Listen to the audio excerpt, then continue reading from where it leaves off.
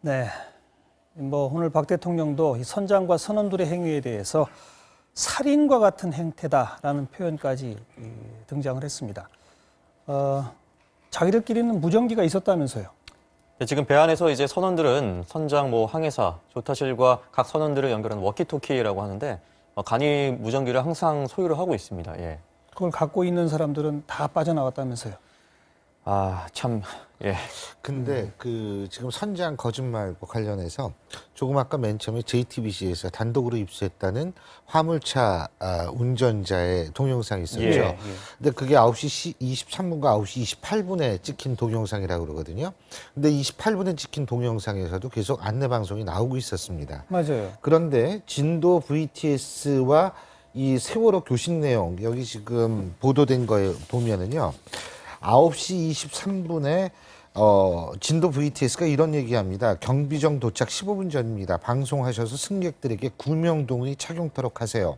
그랬을 때 예. 현재 방송도 불가능한 상태입니다. 9시 23분에 그래요. 현재 방송이 불가능하다고 얘기를 했다면 28분에 찍힌 동영상에 나타나는 방송은 뭡니까? 이것도 맞아요. 거짓말이라는 거죠. 그러니까 사실은 선장이라는 사람과 선수 이부 사람들 이 사람들에 대한 이 책임이라는 건 엄중할 수밖에 없다라는 네. 거죠. 네. 왜 이렇게 거짓말들을 합니까? 지금 일단 수사가 진행되면서 드러나는 문제는 크게 두 가지라고 볼 수 있습니다. 먼저 모든 상황을 통제하고 지휘했어야 할 선장이 조타실에 없었다는 것. 예. 그리고 두 번째로는 저희가 골든타임 11분이라는 표현 계속 쓰고 있는데요. 하필 진도 VTS가 아닌 제주 VTS에 연결을 하면서 적절한 통제를 받지 못했습니다. 네. 이 세월호는요. 이때 진작 저희가 이제 채널 중에 16번 채널이 있는데 무전 채널 중에 16번 채널은 주변에 있는 모든 배도 들을 수 있는 일반 무선입니다. 그래서 이때 만약에 조타실에 있었던 그 선임 항해사가 당장 16번으로 채널을 바꿔서 구조 요청을 했었다면 예. 최소한 주변에 있던 다른 선박이라도 긴급하게 와서 구조를 도와줄 수도 있는 상황이었고요. 네. 네. 그래서 일단 선장이 없었다는 것, 그리고 초반 11분 대처가 미흡했다는 점, 이 두 가지가 지금 가장 큰 문제로 대두되고 있습니다. 그리고 진도 쪽에서는 인근의 어선들을 총출동시켰답니다. 그러니까 제자리에 있어라는 것이 아니라 빨리 구명복을 입고 밖으로 빠져나와라라고만 했어도 어쨌든 바다에 뛰어내려도 어선들이 와서 구조할 가능성이 훨씬 높아졌던 거 아니겠습니까? 게다가 참 더더욱 어처구니 없는 것은 저 선장은 구조된 후에 병원에 들렸어요. 근데 거기서 물에 젖은 5만 원짜리, 만 원짜리를 이렇게 온도 위에 넣고 말리고 있었다는 거 아닙니까? 이 박사님 이게 이해가 되세요? 저는 우리 사회가 얼마나 물질주의에 아이고, 쏟아졌나 이거가 아주 극적으로 보여주는 것 같은데요. 지난 몇 년 동안 그런 소리 참 많이 했었어요. 살인을 해도 돈만 벌게 해주면 우리 리더로 뽑는다. 아이고. 저는 직접 그런 얘기를 여러 번 들었거든요. 그런 리더가 지금 선장이 된 거거든요. 그래서 이렇게 재난 상황이 벌어지면요. 항상 어떤 일들이 일어나면요.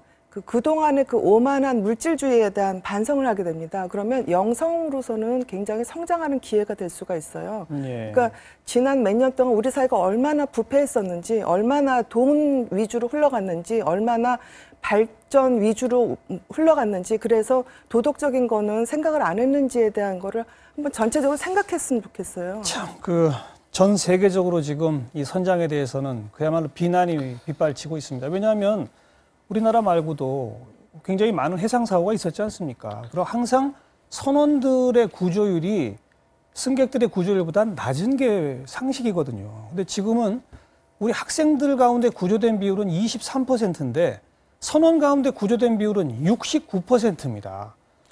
이걸 어떻게? 그러니까 이게요, 제가 볼 때는 일단은 이 이준석이라는 사람에 국한돼서 생각해 볼 문제가 분명히 있어요.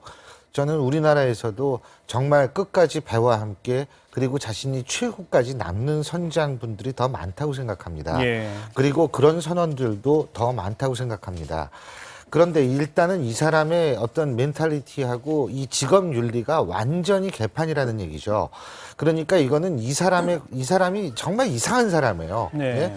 그래서 문제는 뭐냐면 이런 사람을 배를 몰게 하면 안 됐는데 이런 멘탈리티와 이런 직업 윤리를 가진 사람이 어떻게 배를 몰게 됐느냐부터 사실은 일단 전 따져봐야 된다고 생각하고요. 예. 그리고 이 사람 같은 경우에 이 VTS하고 이 교신하는 예. 내용을 쭉 보면 사실은 교선할 시간에 이 비상 조치를 얼마든지 전 취할 수 있는 시간적인 여유가 있었다고 예. 봅니다. 예.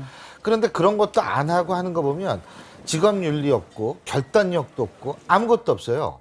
근데 이런 사람이 어떻게 수십 년 동안 정말 선장 노릇하고 했는지 전 그게 참 신기해요. 네. 근데 일부 언론 보도, 중앙 썬데이에서 제가 사실 본 건데요. 이분이 이 원래 청해진 해운이라는 데가 그 전에 온누리 해운인가 뭐 그랬을 거예요, 이름이. 근데 그것이 청해진 해운으로 넘어가는 과정에서 이제 이분도 같이 넘어갔는데 뭐 그때 당시 간부와 이 회사 간부와 이 친분이 있다라는 얘기가 보도됐었습니다. 중앙 썬데이에.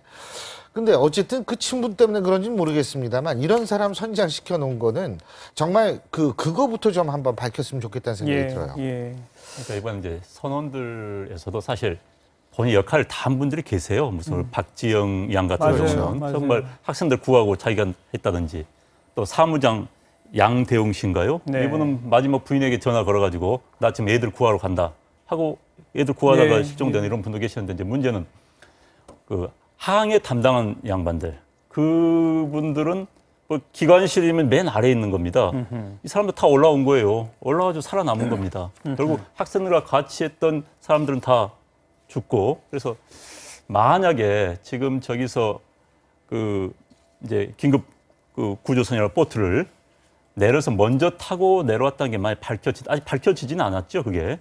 밝혀졌다면 그 도덕적으로 용납할 수가 없는 거고요, 그거는. 그럼요. 예, 네. 그런데 지금 사실 그러지 않기를 솔직히 바라는데 어찌됐든 29명 가운데 20명의 선원들은 살아남았지요. 바로 그 점입니다. 네네. 아까 제가 말씀드린 학생들 구조된 비율이 23%인데 선원들 69%가 구조됐다는 건 사실 거꾸로 돼도 너무나 거꾸로 된 거죠. 그리고 이제 선박부는 전부 살고요. 승객부는 상당 부분 아직도 실종 상태에 맞아요. 있습니다. 그러니까 승객부라는 건 이제 승객을 관리하고 실제로 이제 승객과 접하는 쪽 그쪽에 있는 분들은 제가 볼 때는 끝까지 승객을 구하려고 노력을 했을 가능성이 매우 높다고 생각합니다. 그러니까 실제적으로 이 선원 전체라기보다는 이 선장과 그 주위의 몇몇이 다수. 완전히 이게 이상한 사람들이었었다는 거죠. 아유, 그분들이 조금만 더 일찍 빨리 구명복 입고 학생들 빠져나올 준비하고 빨리 어떻게든 뭘 잡고 위로 올라와야 합니다. 이렇게만 했었더라도 얼마나 더 많은 학생들 우리가 구할 수 있었을까. 정말 너무나 안타깝고요. 그래서 더더욱 분노가 치밉니다. 사실 저는 그때 그 보도 보고 지금도 정말 마음이 너무 아픈데 어느 학생이 그랬다는 거 아닙니까? 아버지한테 전화 걸어가지고 아빠 나 지금 구명조끼 입고 침대에 누워있어. 그 이야기는 침대에 누워있다는 이야기는 배가 많이 기울지 않았다는 이야기예요.